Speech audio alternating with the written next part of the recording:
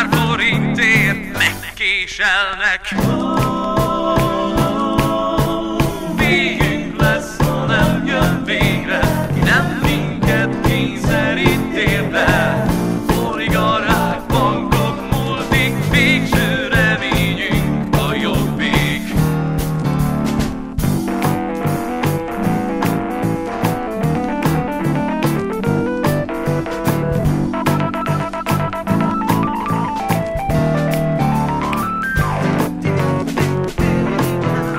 Nem marad már más egyébünk, csak a drága termőföldünk.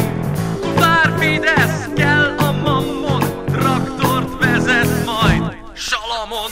Fidesz, komcsik, lipsik, mindegy, ha a pénzünk külföldre megy. Kézkezet most mind jól járnak, de egyszer úgyis jól ráfáznak.